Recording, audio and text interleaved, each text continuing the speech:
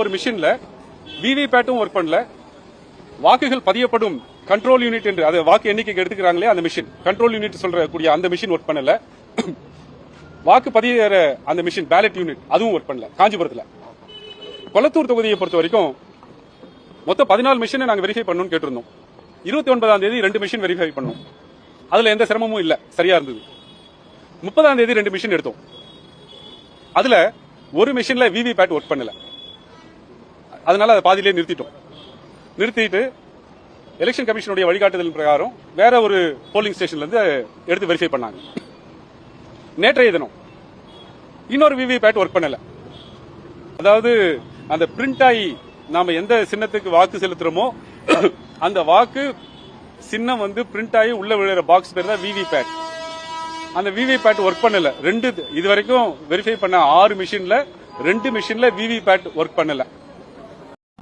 கொளத்தூர் தொகுதியில் நேற்று ஒரு 14 பூத்துடைய வாக்குச்சாவடி கண்ட்ரோல் யூனிட் விவிபேட் எடுத்து சரிபார்க்கிற பணி வந்து தொடர்ந்திருக்கு.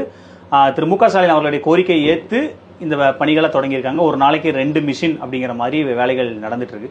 இது ஒரு யூஷுவல் ப்ரொசீடிங்ஸ் தானா, இல்ல ஏதாவது சந்தேகம் இருக்குங்கிறதுக்காக இந்த பெட்டிஷனை போட்டிருக்காங்க? இல்ல, based on the complaint register by M K. Stalin அவங்க இதை பண்றாங்க. அவர் தான் புகார் கொடுத்திருக்காரு. நான் என்ன கேட்கறேன்னா, அவர் எப்போ புகார் கொடுத்தாரு? இது ஆக்சுவலாக ஒரு வாரத்துக்கு கொடுக்கணும். அந்த கவுண்டிங் வந்து ஒரு வாரத்தில் கொடுக்கணும். 4ஆம் தேதி வந்துட்டு கவுண்டிங் முடிஞ்சிச்சு. 11ஆம் தேதி கூட அவர் கொடுத்தாரு. ஸோ மே 11, ஜூன் 11, ஜூலை 11, 2.5 மாதம் ஆகிப்போச்சா?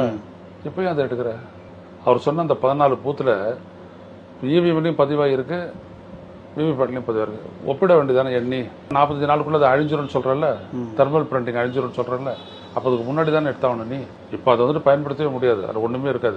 459 ஓட்டு சீட்டு விவிபேட்ல கட்டாயம் வந்துருக்குது. இதை விட 207 கம்மி அப்படின்னா 252 ஓட்டு தான் இவிஎம்ல போறாயிருக்கு. இது எப்படி வந்துச்சுன்னு தேர்தல் ஆணையம் விளக்கல. ஆனா அது என்ன சொல்லுது, இது ரெண்டுத்துக்கும் வித்தியாசம் வந்ததுன்னா விவிபேட்டை வந்து தான் சரின்னு சொல்லி டிக்ளேர் பண்ணிட்டுங்க அப்படின்னு சொல்லுது. இதுவாட கொள்ளிய தன்மை.